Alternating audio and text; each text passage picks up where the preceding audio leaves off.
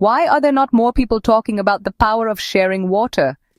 In Islam, even a drop matters. Let's find out why. In Islamic tradition, making sure everyone gets water, especially for farming, is a big deal. Sharing water isn't just practical, it's rewarded like giving a gift. Every time we help crops grow or share resources, we're living out a core value of kindness. Water, farms, and gifts, simple acts, big impact.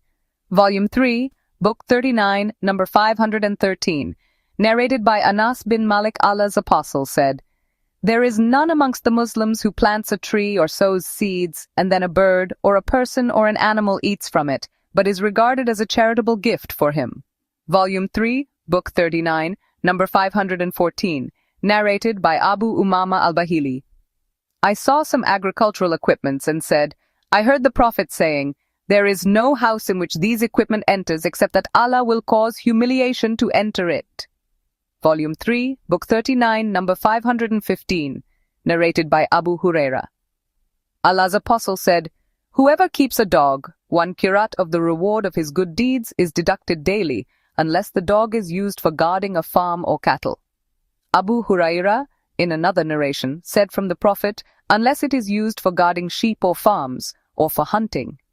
Narrated Abu Hazim from Abu Huraira, the Prophet said, "A dog for guarding cattle or for hunting."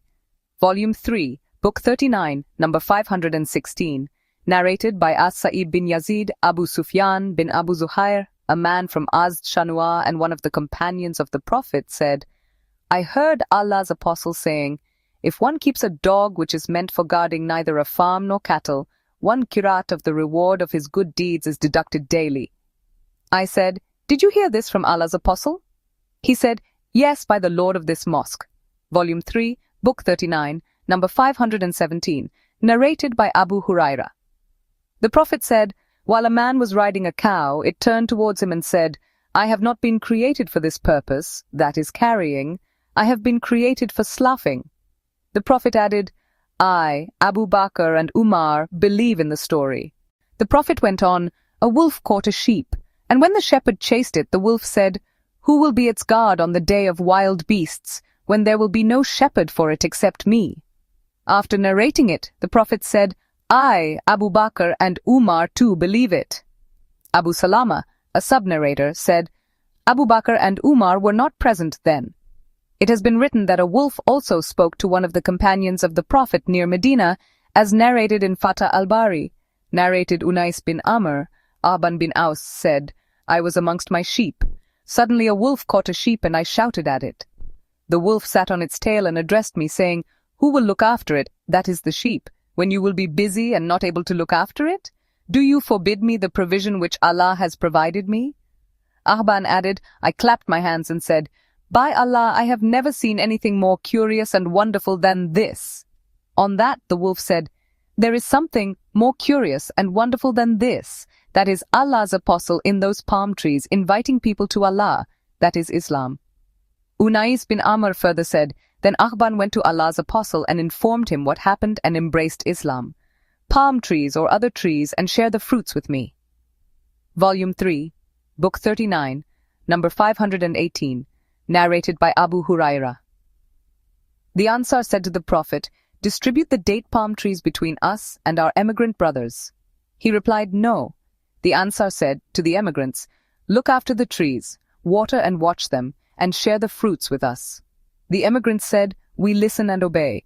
Volume 3, Book 39, number 519, narrated by Abdullah. The Prophet got the date palm trees of the tribe of Bani an-Nadir burnt, and the trees cut down at a place called Al-Buwaira. Hassan bin Thabit said in a poetic verse, "The chiefs of Bani Luay found it easy to watch fire spreading at Al-Buwaira." Volume 3, Book 39, number 520, narrated by Rafi bin Khadij. We worked on farms more than anybody else in Medina.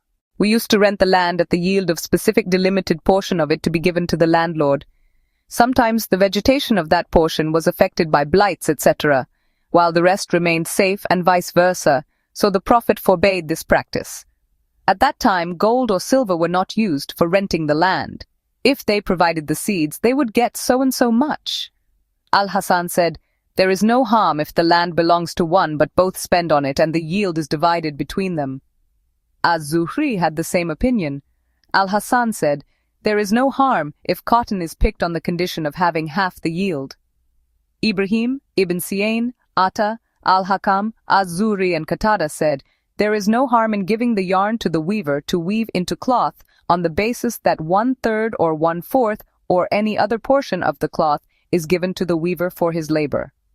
Mam said, there is no harm in hiring animals for a definite, fixed period on the basis that 1/3 or 1/4 of the products carried by the animals is given to the owner of the animals. Volume 3, Book 39, number 521, narrated by Abdullah bin Umar. The Prophet concluded a contract with the people of Khaybar to utilize the land on the condition that half the products of fruits or vegetation would be their share. The Prophet used to give his wives 100 wasks each, 80 wasks of dates, and 20 wasks of barley. When Umar became the Caliph, he gave the wives of the Prophet the option of either having the land and water as their shares or carrying on the previous practice. Some of them chose the land and some chose the wasks, and Aisha chose the land. Volume 3, Book 39, number 522, narrated by Ibn Umar. The Prophet made a deal with the people of Khaybar that they would have half the fruits and vegetation of the land they cultivated. Volume 3, Book 39, number 523, narrated by Amr. I said to Tawus, I wish you would give up mukhabara, sharecropping, for the people say that the Prophet forbade it. On that Tawus replied, O Amr, I give the land to sharecroppers and help them. No doubt, the most learned man, namely Ibn Abbas, told me that the Prophet had not forbidden it, but said, it is more beneficial for one to give his land free to one's brother than to charge him a fixed rental. Volume 3, Book 39, number 524, narrated by Ibn Umar. Allah's apostle gave the land of Khaybar to the Jews on the condition that they work on it and cultivate it, and be given half of its yield. Volume 3, Book 39, number 525, narrated by Rafi. We worked on farms more than anybody else in Medina. We used to rent the land and say to the owner, the yield of this portion is for us, and the yield of that portion is for you, as the rent. One of those portions might yield something and the other might not. So the Prophet forbade us to do so. Volume 3, Book 39, number 526, narrated by Abdullah bin Umar. The Prophet said, while 3 men were walking, it started raining and they took shelter, refuge, in a cave in a mountain. A big rock rolled down from the mountain and closed the mouth of the cave. They said to each other, think of good deeds which you did for Allah's sake only, and invoke Allah by giving reference to those deeds, so that He may remove this rock from you. One of them said, O Allah, I had old parents and small children, and I used to graze the sheep for them. On my return to them in the evening, I used to milk the sheep and start providing my parents first of all before my children. One day I was delayed and came late at night and found my parents sleeping. I milked the sheep, as usual, and stood by their heads. I hated to wake them up and disliked to give milk to my children before them, although my children were weeping, because of hunger, at my feet till the day dawned. O Allah, if I did this for your sake only, kindly remove the rock so that we could see the sky through it. So Allah removed the rock a little and they saw the sky. The second man said, O Allah, I was in love with a cousin of mine like the deepest love a man may have for a woman. I wanted to outrage her chastity, but she refused unless I gave her 100 dinars. So I struggled to collect that amount. And when I sat between her legs, she said, O Allah's slave, be afraid of Allah and do not deflower me except rightfully by marriage. So I got up. O Allah, if I did it for your sake only, please remove the rock. The rock shifted a little more. Then the third man said, O Allah, I employed a laborer for a farak of rice, and when he finished his job and demanded his right, I presented it to him, but he refused to take it. So I sowed the rice many times till I gathered cows and their shepherd from the yield. Then, after some time, he came and said to me, Fear Allah and give me my right. I said, Go and take those cows and the shepherd. He said, Be afraid of Allah, don't mock at me. I said, I am not mocking at you, take all that. So he took all that. O Allah, if I did that for your sake only, please remove the rest of the rock. So Allah removed the rock. Volume 3, Book 39, number 527. Narrated by Zaid bin Aslam from his father. Umar said, "But for the future Muslim generations, I would have distributed the land of the villages I conquer among the soldiers as the Prophet distributed the land of Khaybar." Volume 3, Book 39, number 528. Narrated by Aisha. The Prophet said, "He who cultivates land that does not belong to anybody is more rightful to own it." Urwa said, Umar gave the same verdict in his caliphate. Volume 3, Book 39, number 529, narrated by Abdullah bin Umar while the Prophet was passing the night at his place of rest in Dhul Hulaifa in the bottom of the valley of Aqiq. He saw a dream, and it was said to him, "You are in a blessed valley." Musa said, "Salim let our camels kneel at the place where Abdullah used to make his camel kneel, seeking the place where Allah's apostle used to take a rest, which is situated below the mosque, which is in the bottom of the valley. It is midway between the mosque and the road." Volume 3, Book 39, number 530. Narrated by Umar. While the Prophet was in Al-Aqiq, he said, "Someone, meaning Gabriel, came to me from my Lord tonight, in my dream, and said, 'Offer the prayer in this blessed valley and say, I intend to perform Umrah along with Hajj together.'" Volume 3, Book 39, number 531. Narrated by Ibn Umar. Umar expelled the Jews and the Christians from Hijaz. When Allah's apostle had conquered Khaybar, he wanted to expel the Jews from it as its land became the property of Allah, his apostle, and the Muslims. Allah's apostle intended to expel the Jews, but they requested him to let them stay there on the condition that they would do the labor and get half of the fruits. Allah's apostle told them, "We will let you stay on thus condition as long as we wish." So they, that is Jews, kept on living there until Umar forced them to go towards Taima and Ariha. Volume 3, Book 39, number 532, narrated by Rafi bin Khadij. My uncle Zuhair said, Allah's apostle forbade us to do a thing which was a source of help to us. I said, "Whatever Allah's apostle said was right." He said, "Allah's apostle sent for me and asked, 'What are you doing with your farms?' I replied, 'We give our farms on rent on the basis that we get the yield produced at the banks of the water streams, rivers, for the rent, or rent it for some wasks of barley and dates.' Allah's apostle said, 'Do not do so, but cultivate the land yourselves, or let it be cultivated by others gratis, or keep it uncultivated.' I said, 'We hear and obey.'" Volume 3, Book 39, number 533, narrated by Jabir. The people used to rent their land for cultivation for 1/3, 1/4, or half its yield. The Prophet said, "Whoever has land should cultivate it himself or give it to his Muslim brother gratis, otherwise keep it uncultivated." Narrated Abu Huraira. Allah's apostle said, "Whoever has land should cultivate it himself or give it to his Muslim brother gratis, otherwise he should keep it uncultivated." Volume 3, Book 39, number 534, narrated by Ammar. When I mentioned it, that is the narration of Rafi bin Khadij, number 532, to Tawus, he said, "It is permissible to rent the land for cultivation, for Ibn Abbas said, the Prophet did not forbid that, but said, one had better give the land to one's brother gratis rather than charge a certain amount for it." Volume 3, Book 39, number 535, narrated by Nafi ibn Umar used to rent his farms in the time of Abu Bakr, Umar, Uthman, and in the early days of Muawiyah. Then he was told the narration of Rafi bin Khadij that the Prophet had forbidden the renting of farms. Ibn Umar went to Rafi and I accompanied him. He asked Rafi, who replied that the Prophet had forbidden the renting of farms. Ibn Umar said, "You know that we used to rent our farms in the lifetime of Allah's apostle for the yield of the banks of the water streams, rivers, and for a certain amount of figs." Volume 3, Book 39, number 536, narrated by Salim Abdullah bin Umar said, "I knew that the land was rented for cultivation in the lifetime of Allah's apostle." Later on, Ibn Umar was afraid that the Prophet had forbidden it, and he had no knowledge of it, so he gave up renting his land. Volume 3, Book 39, number 537. Narrated by Hansla bin Qais. Rafi bin Khadij said, "My two uncles told me that they, that is the companions of the Prophet, used to rent the land in the lifetime of the Prophet for the yield on the banks of water streams, rivers, or for a portion of the yield stipulated by the owner of the land. The Prophet forbade it. I said to Rafi, "What about renting the land for dinars and dirhams?" He replied, "There is no harm in renting for dinars, dirhams."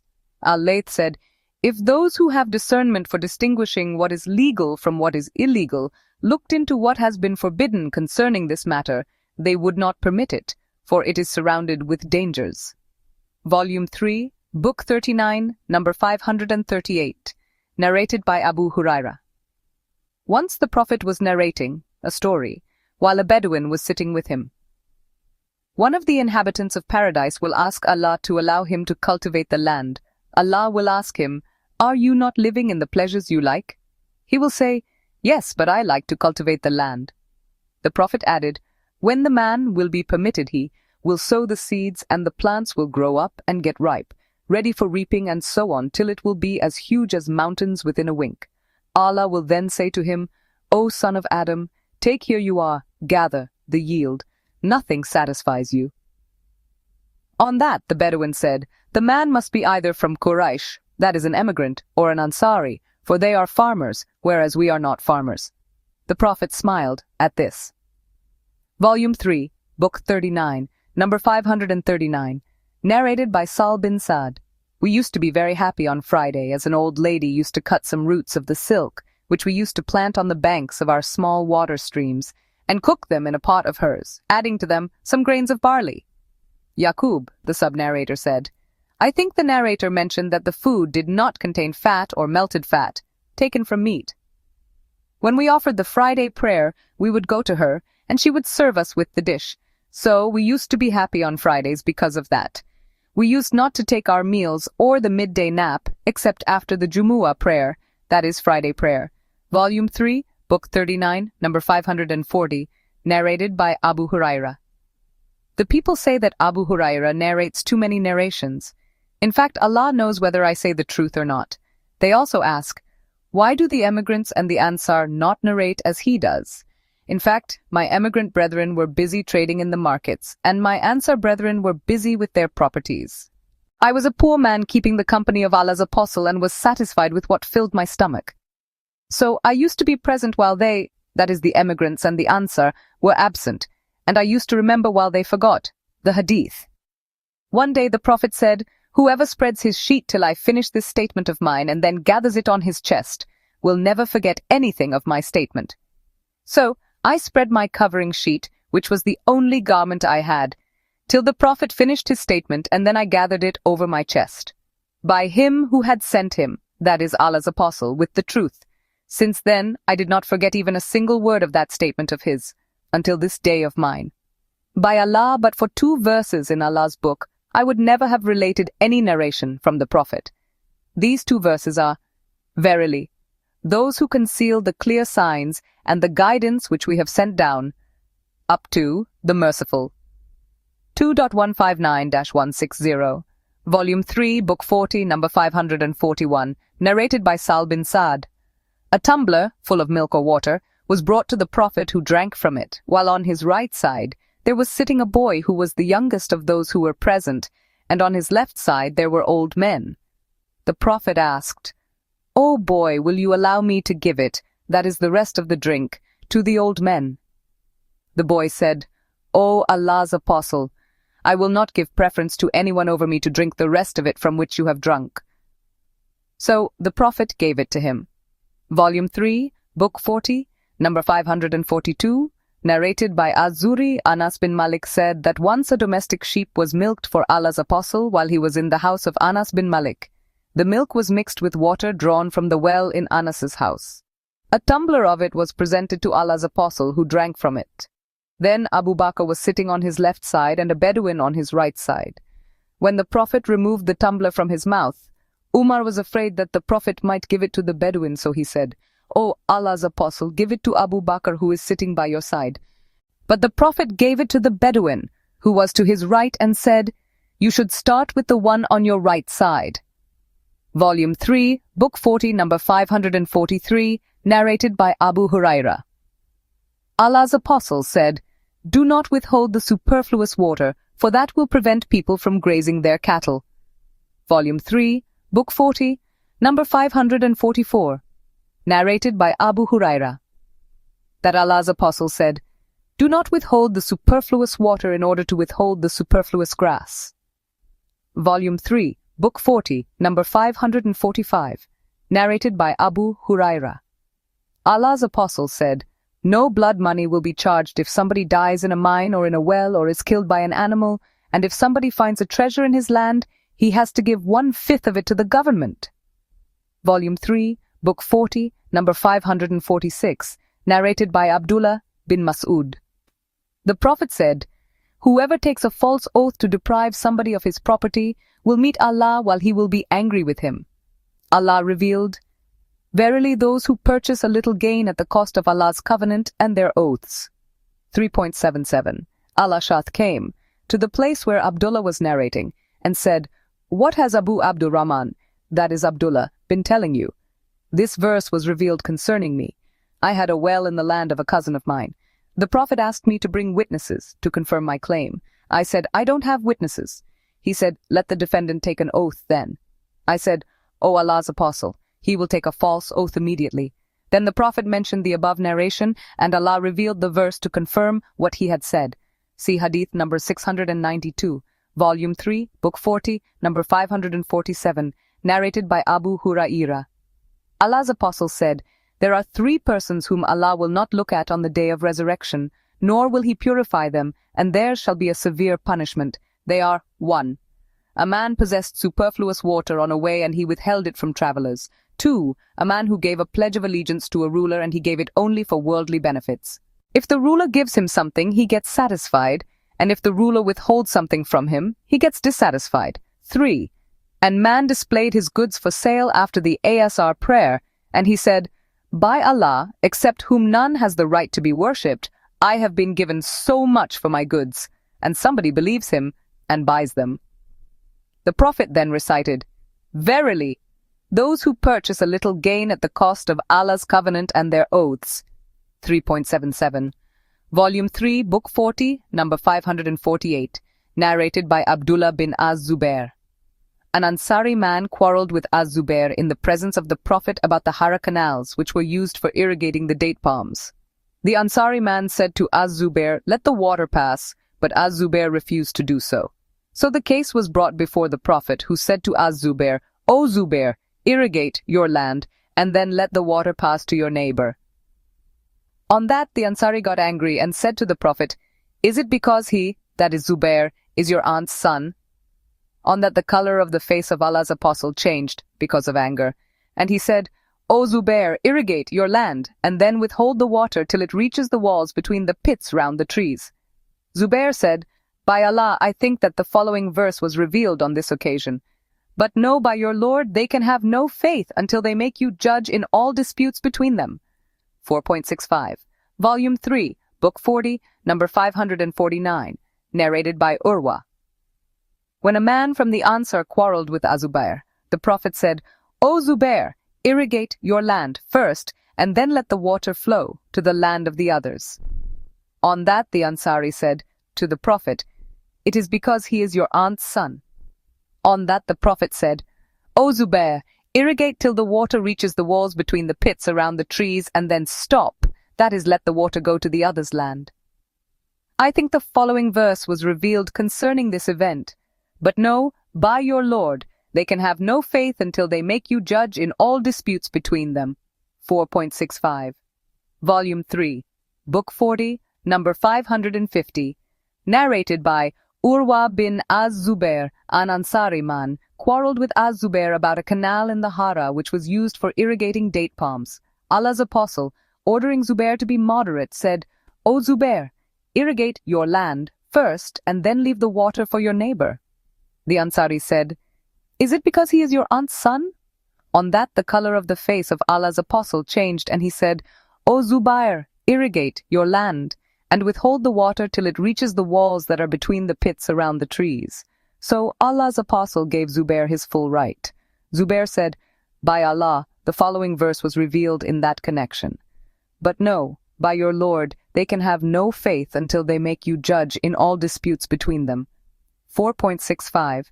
The sub-narrator Ibn Shihab said to Jurayj, Another sub-narrator, the Ansar and the other people interpreted the saying of the Prophet, irrigate your land, and withhold the water till it reaches the walls between the pits around the trees, as meaning up to the ankles. Volume 3, Book 40, number 551, narrated by Abu Huraira. Allah's apostle said, while a man was walking, he felt thirsty and went down a well and drank water from it. On coming out of it, he saw a dog panting and eating mud because of excessive thirst. The man said, this dog is suffering from the same problem as that of mine. So he went down the well, filled his shoe with water, caught hold of it with his teeth, and climbed up and watered the dog. Allah thanked him for his good deed and forgave him. The people asked, O Allah's apostle, is there a reward for us in serving the animals? He replied, yes, there is a reward for serving any animate. Volume 3, Book 40, number 552, narrated by Asma bint Abi Bakr. The Prophet prayed the eclipse prayer and then said, hell was displayed so close that I said, O my Lord, am I going to be one of its inhabitants? Suddenly he saw a woman, I think he said, who was being scratched by a cat. He said, what is wrong with her? He was told, she had imprisoned it, that is the cat, till it died of hunger. Volume 3, Book 40, number 553, narrated by Abdullah bin Umar Allah's apostle, said, a woman was tortured and was put in hell because of a cat which she had kept locked till it died of hunger. Allah's apostle further said, Allah knows better. Allah said to the woman, you neither fed it nor watered when you locked it up, nor did you set it free to eat the insects of the earth. Volume 3, Book 40, number 554, narrated by Sal bin Saad. Once a tumbler, full of milk or water, was brought to Allah's apostle, who drank from it, while on his right side there was sitting a boy, who was the youngest of those who were present, and on his left side there were old men. The Prophet asked, O boy, do you allow me to give the drink to the elder people first? The boy said, I will not prefer anybody to have my share from you, O Allah's apostle. So he gave it to the boy. Volume 3, Book 40, number 555, narrated by Abu Huraira. The Prophet said, by him in whose hands my soul is, I will drive some people out from my sacred fount on the day of resurrection as strange camels are expelled from a private trough. Volume 3, Book 40, number 556, narrated by Ibn Abbas. The Prophet said, may Allah be merciful to the mother of Ishmael. If she had left the water of Zamzam, fountain as it was, without constructing a basin for keeping the water, or said, if she had not taken handfuls of its water, it would have been a flowing stream. Juram, an Arab tribe, came and asked her, may we settle at your dwelling? She said, yes, but you have no right to possess the water. They agreed. Volume 3, Book 40, number 557, narrated by Abu Huraira. The Prophet said, there are 3 types of people whom Allah will neither talk to nor look at on the day of resurrection. They are, 1. A man who takes an oath falsely that he has been offered for his goods so much more than what he is given. 2. A man who takes a false oath after the Asr prayer in order to grab a Muslim's property. And 3. A man who withholds his superfluous water. Allah will say to him, today I will withhold my grace from you as you withheld the superfluity of what you had not created. Volume 3, Book 40, number 558, narrated by As-Sab bin Jathama. Allah's apostle said, no hima except for Allah and his apostle. We have been told that Allah's apostle made a place called An-Naki as hima, and Umar made Ash-Sharaf and Arabada hima for grazing the animals of zakat. Volume 3, Book 40, number 559, narrated by Abu Huraira. Allah's apostle said, keeping horses may be a source of reward to some man, a shelter to another, that is means of earning one's living, or a burden to a third. He to whom the horse will be a source of reward is the one who keeps it in Allah's cause, prepare it for holy battles, and ties it by a long rope in a pasture or a garden. He will get a reward equal to what its long rope allows it to eat in the pasture or the garden.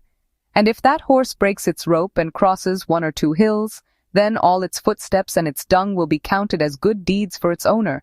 And if it passes by a river and drinks from it, then that will also be regarded as a good deed for its owner, even if he has had no intention of watering it then. Horses are a shelter from poverty to the second person who keeps horses for earning his living so as not to ask others. And at the same time, he gives Allah's right, that is rakat, from the wealth he earns through using them in trading etc., and does not overburden them. He who keeps horses just out of pride and for showing off and as a means of harming the Muslims, his horses will be a source of sins to him. When Allah's apostle was asked about donkeys, he replied, "Nothing particular was revealed to me regarding them except the general unique verse which is applicable to everything. Whoever does goodness equal to the weight of an atom or small ant shall see its reward on the day of resurrection." Volume 3, Book 40, number 560. Narrated by Zaid bin Khalid. A man came to Allah's apostle and asked about al-lukata, a fallen thing. The Prophet said, "Recognize its container and its tying material, and then make a public announcement about it for 1 year, and if its owner shows up, give it to him. Otherwise, use it as you like." The man said, "What about a lost sheep?" The Prophet said, "It is for you, your brother, or the wolf." The man said, "What about a lost camel?" The Prophet said, "Why should you take it as it has got its water container, its stomach, and its hooves, and it can reach the places of water and can eat the trees till its owner finds it?" Volume 3, Book 40, number 561. Narrated by Az-Zubair bin al-Awwam. The Prophet said, "No doubt one had better take a rope and cut, and tie a bundle of wood and sell it, whereby Allah will keep his face away from hellfire, rather than ask others who may give him or not." Volume 3, Book 40, number 562, narrated by Abu Huraira. Allah's apostle said, "No doubt you had better gather a bundle of wood and carry it on your back and earn your living thereby, rather than ask somebody who may give you or not." Volume 3, Book 40, number 563, narrated by Hussein bin Ali bin Abi Talib said, "I got a she-camel as my share of the war booty on the day of the battle of Badr, and Allah's apostle gave me another she-camel.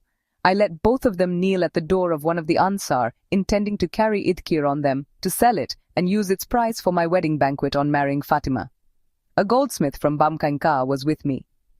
Hamza bin Abdul Muttalib was in that house drinking wine, and a lady singer was reciting, 'O Hamza, kill the 2 fat old she-camels, and serve them to your guests.'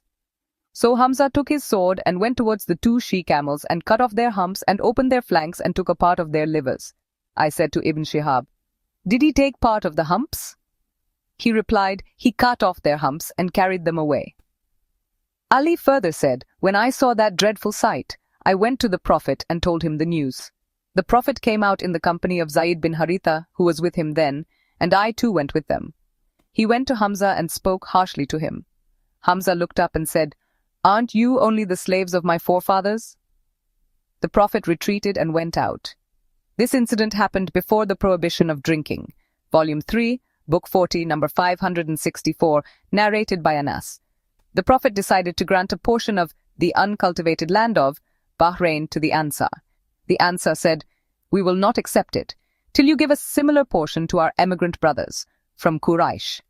He said, 'O Ansar, you will soon see people giving preference to others, so remain patient till you meet me on the day of resurrection.'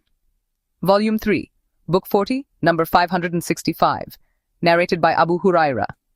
The Prophet said, 'One of the rights of a she-camel is that it should be milked at a place of water.' Volume 3, Book 40, number 566, narrated by Zaid bin Thabit. The Prophet permitted selling the dates of the araya for ready dates by estimating the amount of the former as they are still on the trees. Volume 3, Book 40, number 567, narrated by Jabir bin Abdullah. The Prophet forbade the sales called al-mukabara, al-muhakala, and al-muzabana, and the selling of fruits till they are free from blights. He forbade the selling of the fruits except for money, except the araya. Volume 3, Book 40, number 568, narrated by Abu Huraira. The Prophet allowed the sale of the dates of the araya for ready dates by estimating the former, which should be estimated as less than 5 ausuk or 5 ausuk. Dawood, the sub-narrator, is not sure as to the right amount. Volume 3, Book 40, number 569, narrated by Rafi bin Khadij and Sal bin al-Hatma. Allah's apostle forbade the sale of muzabana, that is selling of fruits for fruits, except in the case of araya. He allowed the owners of araya such kind of sale. Volume 3, Book 47, number 740, narrated by Abu Huraira. The Prophet said, "O Muslim women, none of you should look down upon the gift sent by her she-neighbor, even if it were the trotters of the sheep, fleshless part of legs." Volume 3, Book 47, number 741. Narrated by Urwa. Aisha said to me, "O my nephew, we used to see the crescent, and then the crescent, and then the crescent. In this way we saw 3 crescents in 2 months, and no fire, for cooking, used to be made in the houses of Allah's Apostle." I said, "O my aunt, then what used to sustain you?" Aisha said, "The 2 black things, dates and water. Our neighbors from Ansar had some manar, and they used to present Allah's Apostle some of their milk, and he used to make us drink." Volume 3, Book 47, number 742, narrated by Abu Huraira. The Prophet said, "I shall accept the invitation even if I were invited to a meal of a sheep's trotter, and I shall accept the gift even if it were an arm or a trotter of a sheep." Volume 3, Book 47, number 743. Narrated by Saul. The Prophet sent for a woman from the emigrants, and she had a slave who was a carpenter. The Prophet said to her, "Order your slave to prepare the wood pieces for the pulpit." So she ordered her slave, who went and cut the wood from the tamarisk and prepared the pulpit for the Prophet. When he finished the pulpit, the woman informed the Prophet that it had been finished. The Prophet asked her to send that pulpit to him, so they brought it. The Prophet lifted it and placed it at the place in which you see now. Volume 3, Book 47, number 744, narrated by Abdullah bin Abu Qatada al-Aslami. That his father said, "One day I was sitting with some of the Prophet's companions on the way to Mecca. Allah's Apostle was ahead of us. All of my companions were in the state of ihram, while I was a non-muhrim. They saw an onager while I was busy repairing my shoes, so they did not tell me about it, but they wished I had seen it. By chance I looked up and saw it. So I turned to the horse, saddled it, and rode on it, forgetting to take the spear and the whip. I asked them if they could hand over to me the whip and the spear, but they said, 'No, by Allah, we shall not help you in that in any way.' I became angry and got down from the horse, picked up both the things, and rode the horse again. I attacked the onager and slaughtered it, and brought it, after it had been dead. They took it, cooked some of it, and started eating it. But they doubted whether it was allowed for them to eat it or not, as they were in the state of ihram. So we proceeded, and I hid with me one of its forelegs. When we met Allah's Apostle and asked him about the case, he asked, 'Do you have a portion of it with you?' I replied in the affirmative and gave him that fleshy foreleg which he ate completely while he was in the state of ihram. Volume 3, Book 47, number 745. Narrated by Anas. Once Allah's Apostle visited us in this house of ours and asked for something to drink. We milked one of our sheep and mixed it with water from this well of ours and gave it to him. Abu Bakr was sitting on his left side, and Umar in front of him, and a Bedouin on his right side. When Allah's Apostle finished, Umar said to Allah's Apostle, "Here is Abu Bakr." But Allah's Apostle gave the remaining milk to the Bedouin and said twice, "The person's on the right side, so start from the right side." Anas added, "It is a sunnah, the Prophet's traditions," and repeated it thrice. Volume 3, Book 47, number 746, narrated by Anas. We chased a rabbit at Mar al-Zaran, and the people ran after it, but were exhausted. I overpowered and caught it, and gave it to Abu Talha, who slaughtered it, and sent its hip or 2 thighs to Allah's Apostle. The narrator confirms that he sent 2 thighs. The Prophet accepted that. The sub-narrator asked Anas, "Did the Prophet eat from it?" Anas replied, "He ate from it." Volume 3, Book 47, number 747, narrated by As-Sab bin Yathama. An onager was presented to Allah's Apostle at the place called Al-Abwa, or Wadan, but Allah's Apostle rejected it. When the Prophet noticed the signs of sorrow on the giver's face, he said, "We have not rejected your gift, but we are in the state of ihram." That is, if we were not in a state of ihram, we would have accepted your gift. Fateh al-Bari, page 130, Vault 6, Volume 3, Book 47, number 748, narrated by Aisha.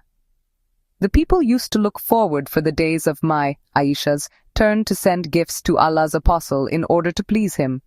Volume 3, Book 47, number 749, narrated by Said bin Jubair.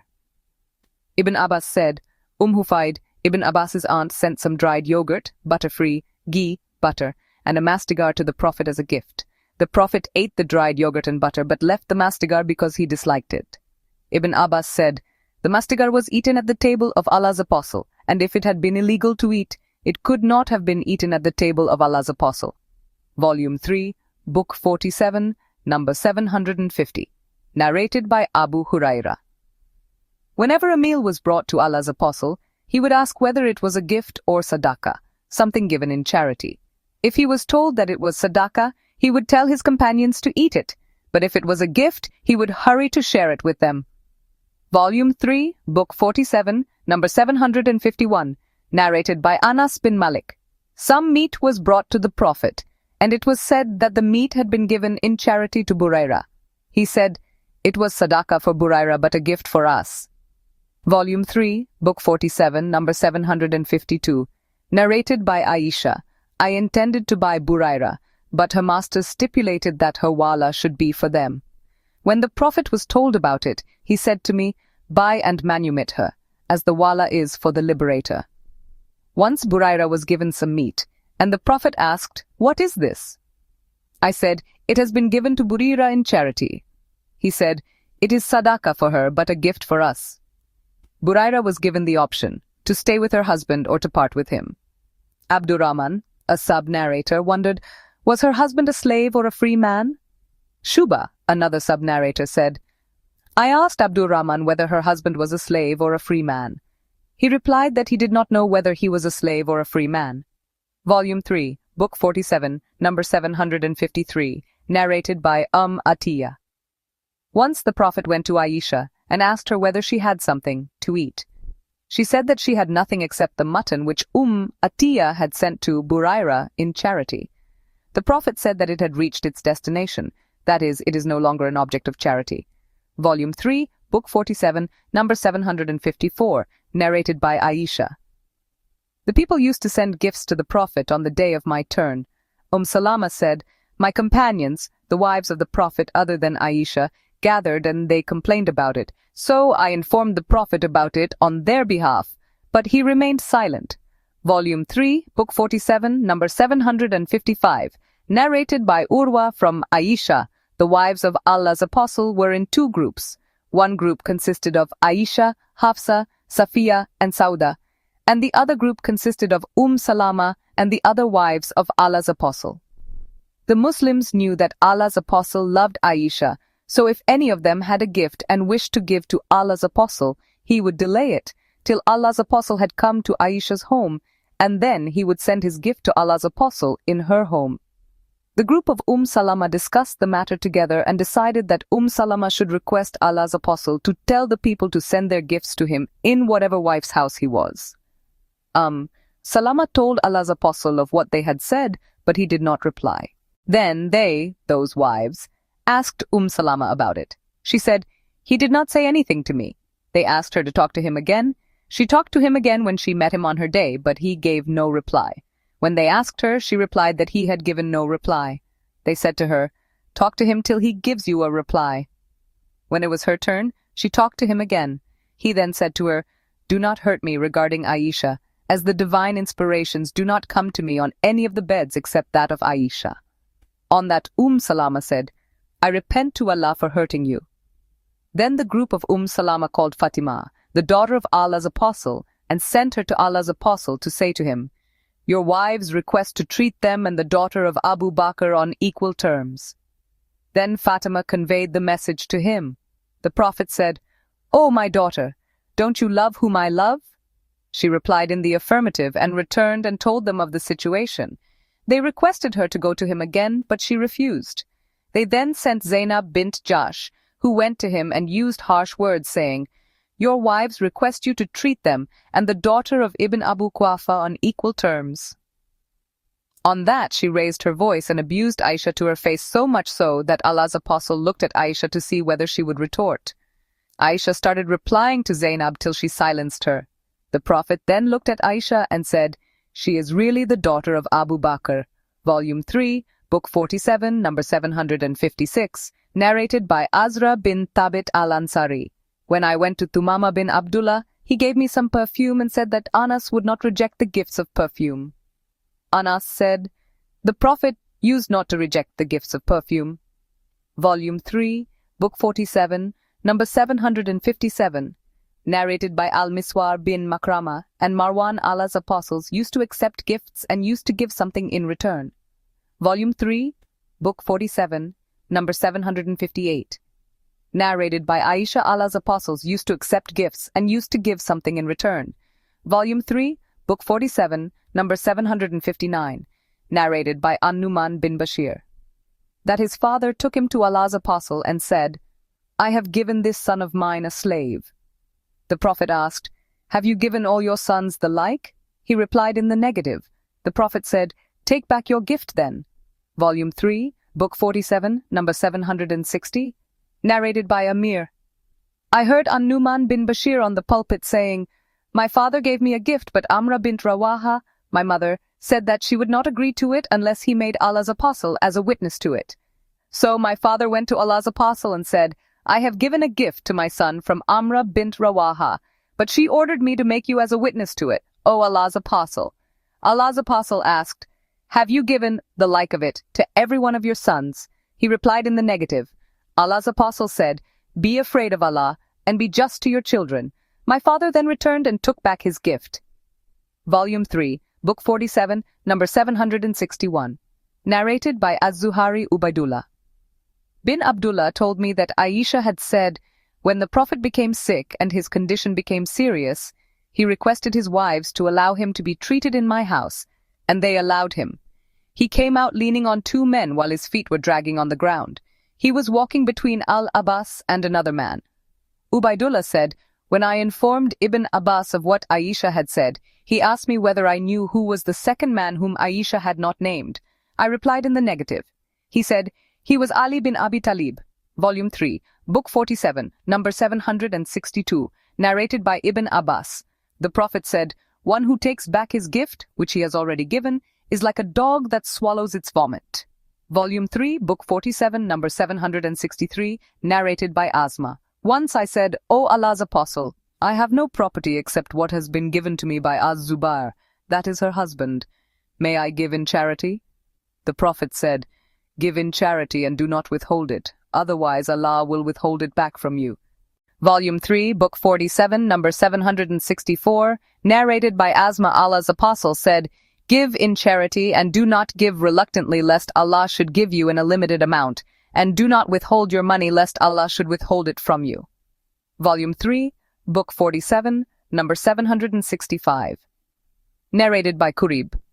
The freed slave of Ibn Abbas, that Maimuna bint al-Harith told him that she manumitted a slave girl without taking the permission of the Prophet.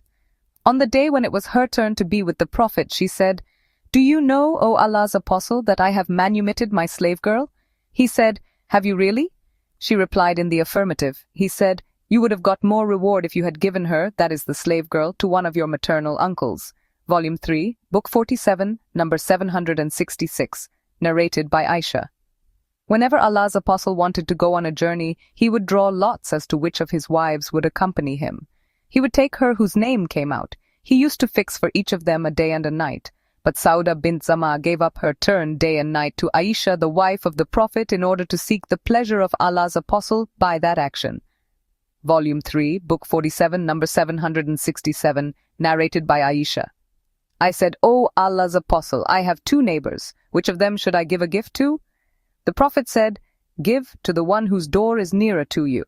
Volume 3, Book 47, number 768. Narrated by Abdullah bin Abbas that he heard Asab bin Jathama al-Laythi, who was one of the companions of the Prophet, saying that he gave the meat of an onager to Allah's apostle while he was at a place called Al-Abwa or Wadan and was in a state of Iram. The Prophet did not accept it. When the Prophet saw the signs of sorrow on Asab's face because of not accepting his present, he said to him, "We are not returning your present, but we are in the state of Iram." See Hadith number 747, Volume 3, Book 47, number 769, narrated by Abu Humaid al-Sa'idi. The Prophet appointed a man from the tribe of Al-Azd called Ibn Udbiyah for collecting the zakat. When he returned, he said, "This, that is the zakat, is for you, and this has been given to my as a present." The Prophet said, Why hadn't he stayed in his father's or mother's house to see whether he would be given presents or not? By him in whose hands my life is, whoever takes something from the resources of the zakat unlawfully will be carrying it on his neck on the day of resurrection. If it be a camel, it will be grunting. If a cow, it will be mooing. And if a sheep, it will be bleating. The Prophet then raised his hands till we saw the whiteness of his armpits, and he said thrice, O Allah, haven't I conveyed your message to them? Volume 3, Book 47, number 770, narrated by Jabir. The Prophet said to me, I will give you so much. The Prophet pointed thrice with his hands, when funds of Bahrain will come to me. But the Prophet died before the money reached him. When it came, Abu Bakr ordered an announcer to announce that whoever had a money claim on the Prophet or was promised to be given something should come to Abu Bakr. I went to Abu Bakr and told him that the Prophet had promised to give me so much. On that, Abu Bakr gave me 3 handfuls of money. Volume 3, Book 47, number 771, narrated by Al-Miswar bin Makrama. Allah's apostle distributed some cloaks but did not give anything thereof to Makrama. Makrama said to me, O son, accompany me to Allah's apostle. When I went with him, he said, call him to me. I called him, that is the Prophet, for my father. He came out wearing one of those cloaks and said, we kept this cloak for you, Makrama. Makrama looked at the cloak and said, Makrama is pleased. Or the Prophet said, is Makrama pleased? Volume 3, Book 47, number 772, narrated by Abu Huraira. A man came to Allah's apostle and said, I am ruined. The Prophet asked, what do you mean? He said, I had a sexual intercourse with my wife during Ramadan while fasting. The Prophet asked him, can you manumit a slave? He replied in the negative. He then asked him, can you fast for 2 successive months continuously? He replied in the negative. The Prophet then asked him, can you feed 60 poor persons? He replied in the negative. In the meantime, an Ansari came with a basket full of dates. The Prophet said to the man, take it and give it in charity as an expiation of your sin. The man said, should I give it to some people who are poorer than we, O Allah's apostle? By him who has sent you with the truth, there is no family between Medina's 2 mountains poorer than we. Allah's apostle told him to take it and provide his family with it. Volume 3, Book 47, number 773, narrated by Jabir bin Abdullah. My father was martyred on the day of the Battle of Uhud, and his creditors demanded the debt back in a harsh manner. So I went to Allah's apostle and informed him of that. He asked them to accept the fruits of my garden and excuse my father, but they refused. So Allah's apostle did not give them the fruits, nor did he cut them and distribute them among them, but said, I will come to you tomorrow morning. So he came to us the next morning and walked about in between the date palms and invoked Allah to bless their fruits. I plucked the fruits and gave back all the rights of the creditors in full, and a lot of fruits were left for us. Then I went to Allah's apostle, who was sitting, and informed him about what happened. Allah's apostle told Umar, who was sitting there, to listen to the story. Umar said, don't we know that you are Allah's apostle? By Allah, you are Allah's apostle. Volume 3, Book 47, number 774, narrated by Sal bin Saad. A drink, milk mixed with water, was brought to the Prophet, who drank some of it, while a boy was sitting on his right and old men on his left. The Prophet said to the boy, if you permit me, I'll give the rest of the drink to these old men first. The boy said, I will not give preference to anyone over me as regards my share from you, O Allah's apostle. The Prophet then put that container in the boy's hand. See Hadith number 541. Volume 3, Book 47, number 775, narrated by Jabir bin Abdullah. I sold a camel to the Prophet on one of the journeys. When we reached Medina, he ordered me to go to the mosque and offer 2 rakat. Then he weighed for me the price of the camel in gold and gave an extra amount over it. A part of it remained with me till it was taken by the army of Sham on the day of Hara. Volume 3, Book 47, number 776, narrated by Shal bin Saad. A drink of milk and water was brought to Allah's apostle, while a boy was sitting on his right side and old men were sitting on his left side. He asked the boy, will you allow me to give it to these people? The boy said, "No, by Allah, I will not allow anyone to take my right from you." Then the Prophet put the bowl in the boy's hand. Volume 3, Book 47, number 777, narrated by Abu Huraira. Allah's apostle owed a man some debt, and that man demanded it very harshly. The companions of the Prophet wanted to harm him, but the Prophet said to them, "Leave him, as the creditor has the right to speak harshly." He then added, "Buy a camel of the same age and give it to him." They said, "We cannot get except a camel of an older age than that of his." He said, "Buy it and give it to him, as the best amongst you is he who pays back his debt in the most handsome way." Volume 3, Book 47, number 778, narrated by Marwan bin al-Hakam and al-Miswar bin Makrama. When the delegates of the tribe of Hawazin came to the Prophet, they requested him to return their property and their captives. He said to them, "This concerns also other people along with me, as you see, and the best statement to me is the true one, so you may choose one of two alternatives, either the captives or the property, and I have not distributed the booty, for I have been waiting for you." When the Prophet had returned from Ta'if, he waited for them for more than 10 nights. When they came to know that the Prophet would not return except one of the two, they chose their captives. The Prophet then stood up amongst the Muslims, glorified and praised Allah as he deserved, and then said, "Then after, these brothers of yours have come to you with repentance, and I see it proper to return their captives. So whoever amongst you likes to do that as a favor, then he can do it. And whoever of you wants to stick to his share till we pay him from the very first FAI, that is war booty, which Allah will give us, then he can do so." The people said, "We return, the captives, to them willingly as a favor, O Allah's apostle." The Prophet said, "I do not know who of you has given his consent and who has not, so go back and your leaders may present your decision to me." The people went away, and their leaders discussed the matter with them, and then came to the Prophet to tell him that all of them had given their consent to return the captives willingly. Az-Zun, the sub-narrator, said, "This is what we know about the captives of Hawazin." Volume 3, Book 47, number 779, narrated by Ibn Abbas, that the people sitting with that person will be his co-owners.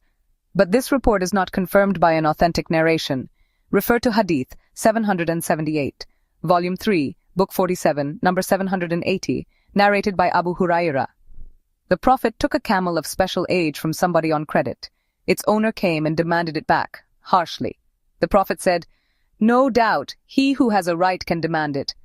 Then the Prophet gave him an older camel than his camel and said, "The best amongst you is he who repays his debts in the most handsome way." Volume 3, Book 47, number 781, narrated by Ibn Umar, that he was in the company of the Prophet on a journey, riding a troublesome camel belonging to Umar. The camel used to go ahead of the Prophet, so Ibn Umar's father would say, "Oh, Abdullah, no one should go ahead of the Prophet." The Prophet said to him, "Sell it to me." Umar said to the Prophet, "It is for you." So he bought it and said, "Oh, Abdullah, it is for you, and you can do with it what you like." Volume 3, Book 47, number 782, narrated by Abdullah bin Umar. Umar bin al-Khattab saw a silken dress, cloak, being sold at the gate of the mosque and said, "O Allah's apostle, would that you buy it and wear it on Fridays and when the delegates come to you."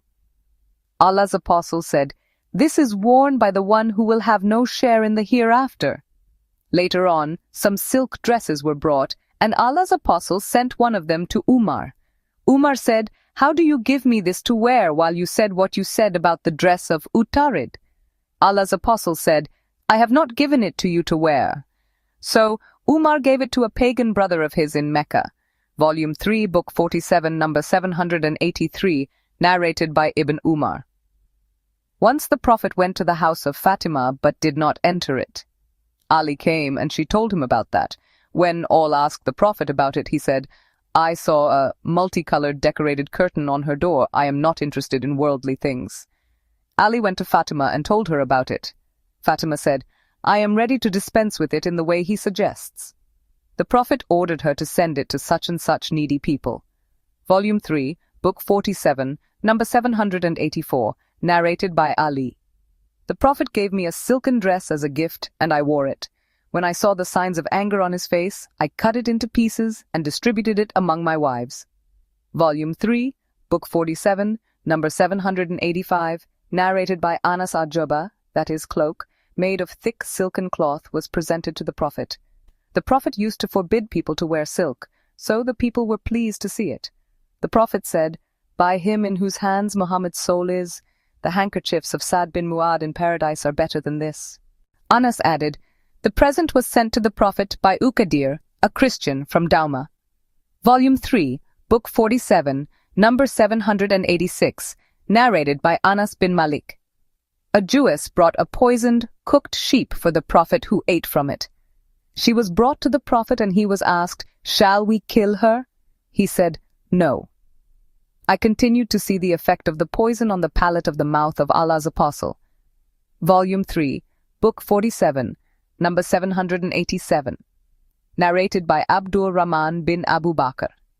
We were 130 persons accompanying the Prophet, who asked us whether any one of us had food. There was a man who had about a sa of wheat, which was mixed with water then. A very tall pagan came driving sheep. The Prophet asked him, "Will you sell us a sheep, or give it as a present?" He said, "I will sell you a sheep." The Prophet bought a sheep, and it was slaughtered. The Prophet ordered that its liver and other abdominal organs be roasted. By Allah, the Prophet gave every person of the 130 a piece of that. He gave all those of them who were present, and kept the shares of those who were absent. The Prophet then put its meat in 2 huge basins, and all of them ate to their fill, and even then more food was left in the 2 basins which were carried on the camel, or said something like it. Volume 3, Book 47, number 788, narrated by Ibn Umar. Umar saw a silken cloak over a man for sale, and requested the Prophet to buy it in order to wear it on Fridays and while meeting delegates. The Prophet said, "This is worn by the one who will have no share in the hereafter." Later on, Allah's Apostle got some silken cloaks similar to that one, and he sent one to Umar. Umar said to the Prophet, "How can I wear it while you said about it what you said?" The Prophet said, "I have not given it to you to wear, but to sell or to give to someone else." So Umar sent it to his brother at Mecca before he embraced Islam. Volume 3, Book 47, number 789, narrated by Asma bint Abu Bakr. My mother came to me during the lifetime of Allah's Apostle, and she was a pagan. I said to Allah's Apostle, seeking his verdict, "My mother has come to me, and she desires to receive a reward from me. Shall I keep good relations with her?" The Prophet said, "Yes, keep good relation with her." Volume 3, Book 47, number 790, narrated by Ibn Abbas. The Prophet said, "He who takes back his present is like him who swallows his vomit."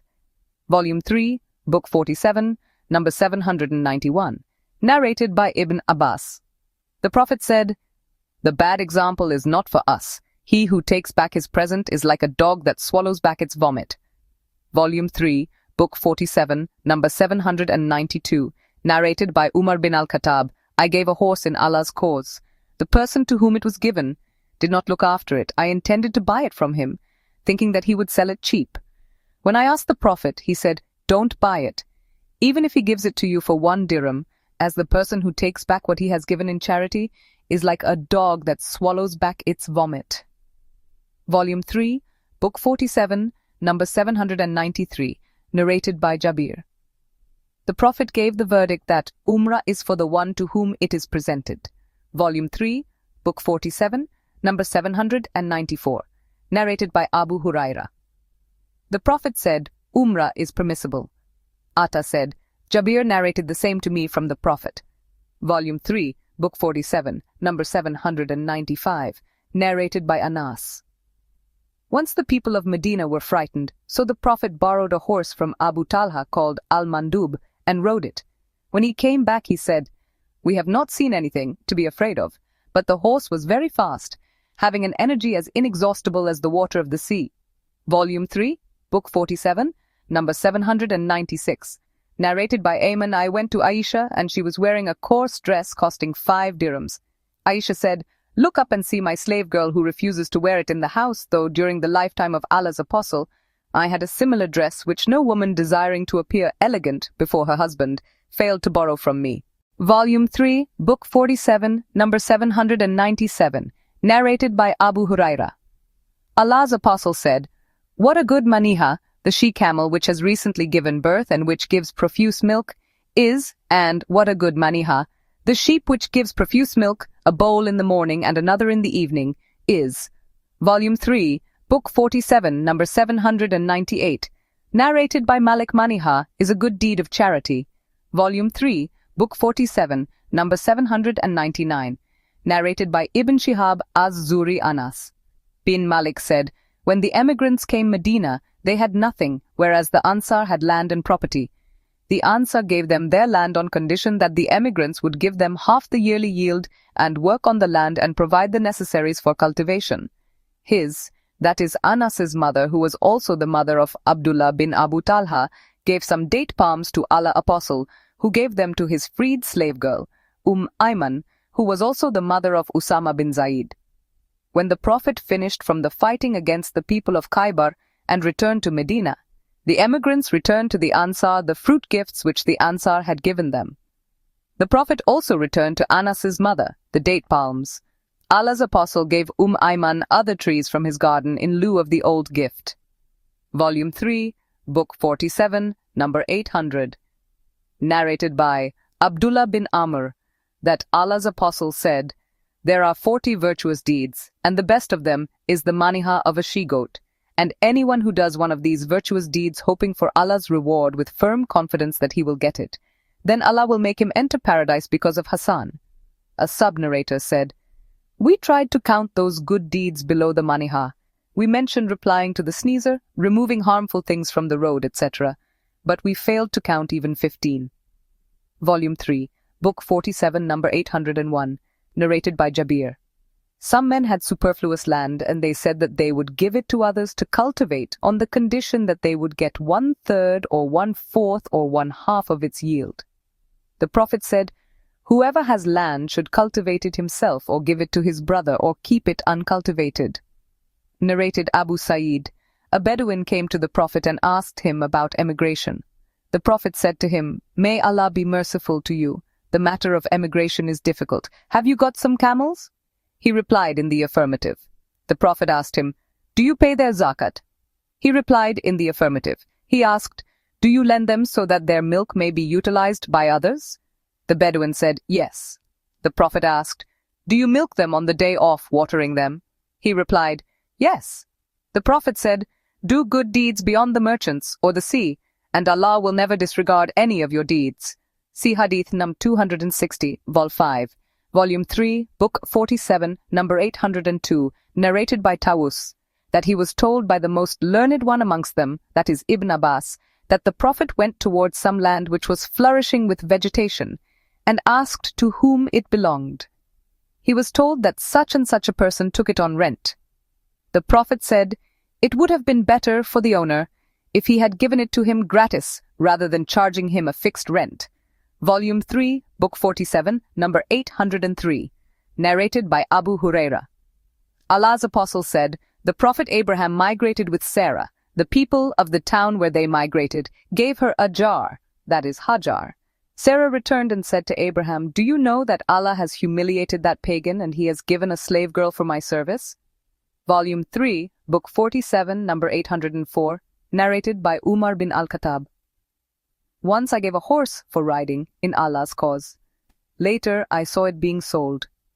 I asked Allah's Apostle whether I could buy it. He said, 'Don't buy it, for you should not get back what you have given in charity.'